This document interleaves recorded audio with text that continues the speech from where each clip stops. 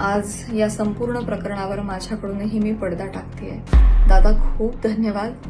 असं करून तुम्ही छत्रपती शिवाजी महाराजांच्या विचारांचे पाईक आहात हे दाखवून दिलं। त्यामुळे कुठलंही आंदोलन, कुठलाही मोर्चा, कुठलीही मोहीम त्याला डिस्ट्रॅक्ट करण्याचा माझा हेतू नव्हता। तुम्हा सगळ्यांना माझा नम्रतापूर्वक नमस्कार। सबंध महाराष्ट्राचे मी सर्वप्रथम मनापासून आभार मानते। पत्रकार परिषद घेतल्या क्षणापासून ते आतापर्यंत मी आणि माझ्या कुटुंबियांनी शेकडो phone calls, messages, social media tags receive केले। महिलांच्या सन्मानासाठी समाजातल्या सर्व स्तरांमधून आवाज उठवला गेला, पाठिंबा दिला गेला, समर्थन दिलं गेलं।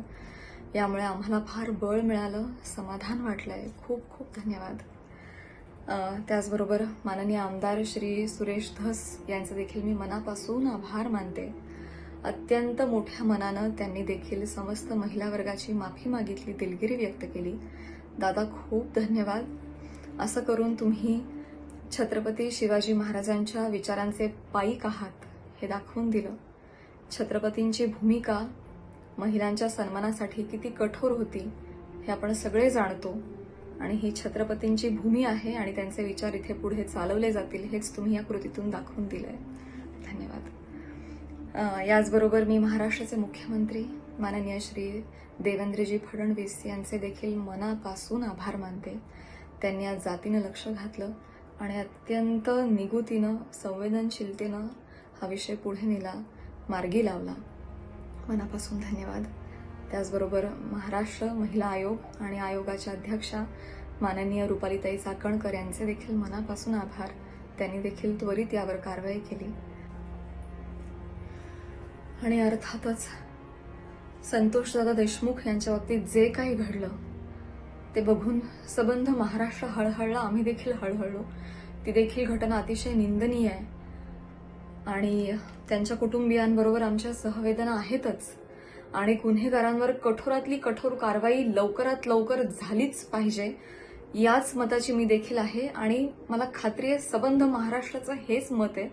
फक्त आम्ही समाज माध्यमांवर व्यक्त होत नाही याचं कारण पुन्हा तेच की आम्ही व्यक्त झालो की आमच्यावर टोळधाड पडते, ट्रोलिंग केलं जातं आणि अतिशय अनफॉर्च्युनेटली त्या ट्रोलिंगच्या देखील बातम्या केल्या जातात आणि आम्हा कलाकारांचं जे काम आहे ते सगळं सामाजिक प्रतिमेशी निगडीत आहे। त्यामुळे आम्हाला मर्यादा येतात। कलाकारांनी वैतागून हतबल होऊन समाज माध्यमांवर अशा गोष्टींबाबत व्यक्त होणं बंद केलंय। जो काही दुसरा गट असतो त्या घटनेचा, समाज असतो, ते सगळे खूप बदनामी करतात, हर्ट होतात म्हणून हल्ली कलाकार व्यक्त होत नाही। पण मी तुम्हाला खात्री देते जर खरोखरच जर कमेंट सेक्शन जरी बंद झाल्या ना, त्याच्यावरच्या ट्रोलिंग जरी थांबवलं गेलं, बंदच झालं की कोणी मतच व्यक्त करायचं नाही त्याच्यावर, तर बघा सगळे कलाकार आणि कलाकारच काय समाजातले सगळेच स्तर मैदानात उतरतील आणि तुमच्या समर्थनार्थ येतील आणि सगळ्यांच्या समर्थनार्थ येतील।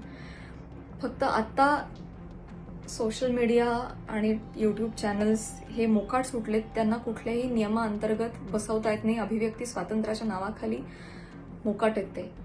अर्थात मी मुख्यमंत्री साहेबांकडे ही देखील विनंती केलेली आहे की याच्यात काहीतरी नियमावली असावी।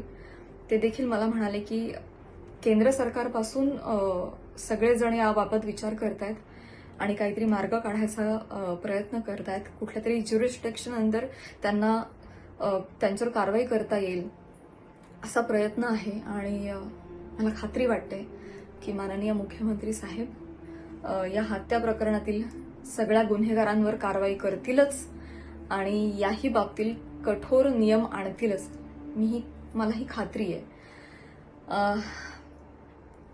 एवढ्या सगळ्या बाबींमधून मी फक्त एवढंच तुम्हाला सांगू इच्छिते की आमच्याही काही अडचणी आहेत, रिस्ट्रिक्शन्स आहेत, हे तुम्ही समजून घ्या आणि आमच्या हेतूवर अजिबात किंतु परंतु प्रश्न उपस्थित करू नका असं नाहीये।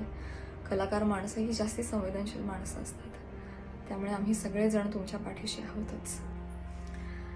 माध्यमांचेही मनापासून आभार की त्यांनी हा विषय हाताळताना संवेदनशीलता दाखवली। खूप खूप धन्यवाद। गेल्या 2 दिवसांपासून आणखी 2 मुद्दे फार चर्चिले गेले, मी त्याबद्दलही या निमित्तानं बोलू इच्छिते। मी पत्रकार परिषदेतही म्हटलं होतं की धस साहेब बोलले त्यामुळे आज मला पत्रकार परिषद घ्यावी लागली. ते नसते बोलले तर आज मी तुमच्यासमोर नसते. त्यामुळे कुठलंही आंदोलन, कुठलाही मोर्चा, कुठलीही मोहीम त्याला डिस्ट्रॅक्ट करण्याचा माझा हेतू नव्हता.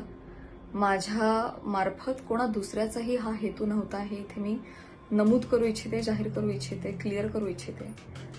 आणि खरोखरीच धस सर बोलले नसते तर आज मला हे सगळं करायची काही गरजच पडली नसती.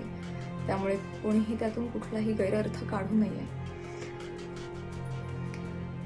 आणि जाता जाता आज मी इथे हेही नमूद करू इच्छिते की आमदार साहेबांनी माफी मागितल्यामुळे आता मी त्यांच्यावर कोणतीही कायदेशीर कारवाई करणार नाहीये, मी करू इच्छित नाही. आणि आज या संपूर्ण प्रकरणावर माझ्याकडूनही मी पडदा टाकतेय.